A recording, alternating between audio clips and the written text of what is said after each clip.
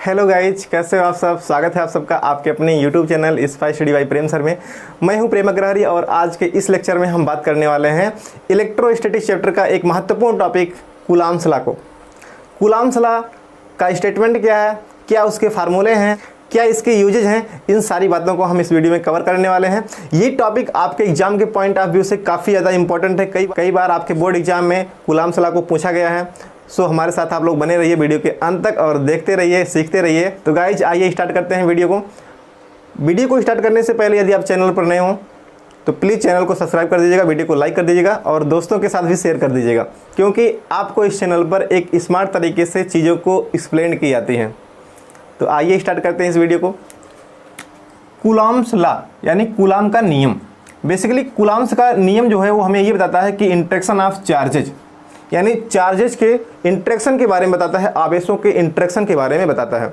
ठीक है, किस प्रकार से हमारे चार्ज जो होते हैं वो इंटरेक्शन करते हैं। हमको भी पता है अगर हमारे पास दो चार्ज हैं जिन पर जो चार्ज है वो प्लस प्लस का है, तो हमें पता है कि एक दूसरे से क्या करेंगे, वो रिपल करेंगे, एक दूसरे को रिपल करेंगे। लेकिन अगर उनका चार्जेज डिफरेंट टाइप का हो, मीन्स एक पॉजिटिव हो एक निगेटिव हो, तो क्या करेंगे, वो एक दूसरे को अट्रैक्ट करेंगे। या इसी प्रकार से हम कह सकते हैं कि अगर उन पर निगेटिव चार्ज होगा तो एक दूसरे को रिपल करते हैं। ठीक है, तो गाइज ये होता है इंटरेक्शन ऑफ चार्जेज पर आधारित होता है।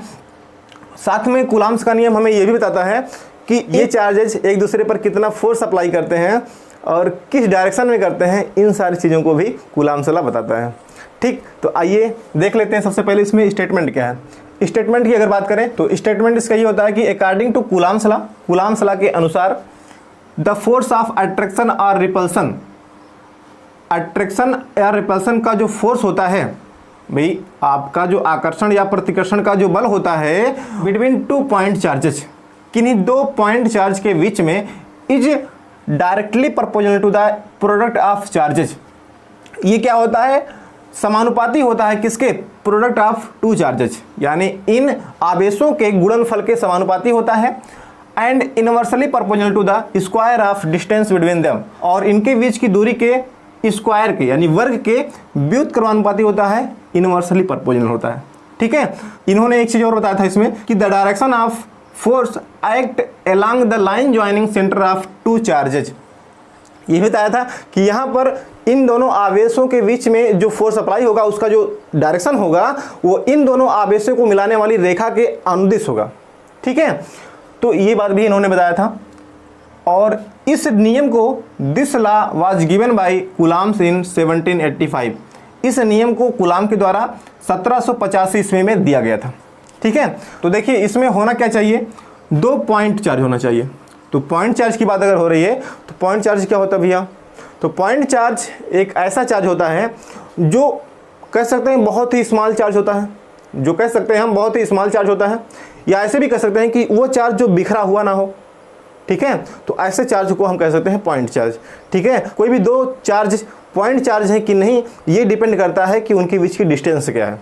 अगर हमने सपोज कर लिया कि यहाँ पे दो पॉइंट चार्ज, एक प्लस Q1 है दूसरा आपका प्लस Q2 है। ठीक है, यहाँ पर हम प्लस माइनस भी कर सकते हैं, ऐसा नहीं है, लेकिन हमने यहाँ मान रखा है प्लस प्लस। ठीक है, प्लस माइनस भी मान सकते हो, इसमें कोई प्रॉब्लम वाली बात नहीं है। ये क्या है, एक दूसरे से स्मॉल r की दूरी पर रखे गए हैं। ठीक है, अब अगर हम बात करें कि इस Q1 चार्ज पर कितना फोर्स अप्लाई करेगा, ये Q2 वाला, ये दोनों पॉइंट चार्ज क्या है, प्लस प्लस आवेश के हैं। ठीक है, तो एक दूसरे को क्या करेंगे, रिपल करेंगे तो इन पर जो फोर्स लगाएगा Q2 वो कितना हो जाएगा, F12 मान लेते हैं, यानी F1 ड्यू टू 2 दूसरे के द्वारा पहले पर लगाया गया फोर्स, यानी कि F12। इसकी जो डायरेक्शन होगी वो किधर होगी भैया, इसमें ये भी बताया गया था कि direction of force along the line joining centre of two charges, इन दोनों चार्जों के मिलाने वाली जो रेखा होगी इसी के अलोंग होगी।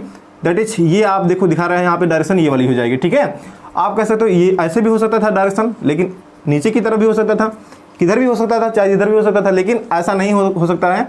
यहाँ पर बताया गया कि डायरेक्शन जो हो गया इसका वो लाइन ज्वाइन के अलोंग ही होगा, जो इनके द्वारा लाइन ज्वाइनिंग हो रही है इसी के अलोंग इनका डायरेक्शन होगा। और अगर इन पर बात करें, दूसरे वाले चार्ज पर अगर बात करें कितना फोर्स अप्लाई होगा, तो आपका यहाँ पर लिखा गया है F21, यानी कि फोर्स ड्यू टू 1। ठीक है, मतलब पहले के द्वारा दूसरे पर अप्लाई किया गया फोर्स, पहले के द्वारा दूसरे पर अप्लाई किया गया फोर्स यानी F21, इसकी डायरेक्शन किधर होगी, तो इसकी डायरेक्शन भी इधर की तरफ होगी। ठीक है, तो इतनी बातें आपको समझ में आ रही होंगी। यहाँ पर जो भी फोर्स अप्लाई हो रहे हैं वो क्या होंगे, एक दूसरे के बराबर होंगे, लेकिन डायरेक्शन में क्या होंगे, अपोजिट होंगे। ठीक है, यहाँ मैंने लिख दिया है this force is opposite in direction and equal in magnitude, that is F equal to mod of F12 equal to mod of F21। Mod represent कर रहा है कि इनकी मैग्नीट्यूड क्या है। ठीक है, तो मैग्नीट्यूड में ये एक दूसरे के बराबर होते हैं, लेकिन दिशा में क्या होते हैं, विपरीत होते हैं। दैट इज ये भी कह सकते हो आप कि F12 equal to minus F21। ठीक है, ये भी आप कह सकते हो। इतनी बातें आपको क्लियर हो गई होंगी। आइए अब हम बात कर लेते हैं स्टेटमेंट से। आप ये कह सकते हो कि जो फोर्स यहाँ पर अट्रैक्शन या रिपल्सन का होगा वो डायरेक्टली प्रोपोर्शनल होगा Q1 Q2 इन दोनों आवेशों के गुणनफल के समानुपाती होता है। एंड ये भी कह सकते हो आप कि दूसरा इसमें ये भी कहा गया है कि ये इनवर्सली प्रोपोर्शनल होता है square of distance between them, means इनके बीच की दूरी के स्क्वायर के एंटी प्रोपोर्शनल होता है। ठीक है, that is F proportional 1/r²। ठीक है, तो इन दोनों को अगर हम कंबाइन करेंगे तो आपको मिल जाएगा कि F प्रोपोर्शनल Q1 Q2/r²। ठीक है, ये आपको मिल जाएगा F प्रोपोर्शनल Q1 Q2/r²। ठीक है, अब अगर हम यहाँ पे प्रोपोर्शनल हटाएंगे तो आपका F इक्वल टू हो जाता है K Q1 Q2/r², जहाँ K जो होता है वो प्रोपोर्शनलिटी कांस्टेंट होता है, नॉट यूनिवर्सल कांस्टेंट। मतलब ये सार्वत्रिक नियतांक नहीं होता, इसकी वैल्यू चेंज होती रहती है। मीन्स ये डिपेंड करता है कि मीडियम कैसा है, ये डिपेंड करता है कि मीडियम कैसा है, उस प्रकार से इसकी वैल्यू चेंज होती रहती है। यहाँ लिखा गया है K is proportionality constant not universal constant. ये क्या होता है, डिपेंड करता है मीडियम के ऊपर कि मीडियम कैसा है। अगर मीडियम अलग अलग होगा तो K की वैल्यू अलग अलग होगी। K की जो वैल्यू होती है वो कितनी होती है, तो लिखा गया है the value of K in air or vacuum. Air या वैक्यूम के लिए जो K की वैल्यू होती है भाई, वायु या निर्वात के लिए जो आपकी K का मान होता है वो आपका होता है 1/4πε0।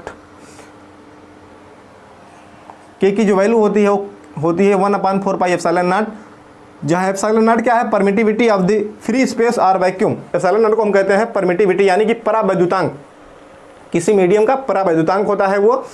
ठीक है, जिसकी वैल्यू होती है 8.854 इंटू 10⁻⁻12 कूलाम स्क्वायर पर न्यूटन मीटर स्क्वायर।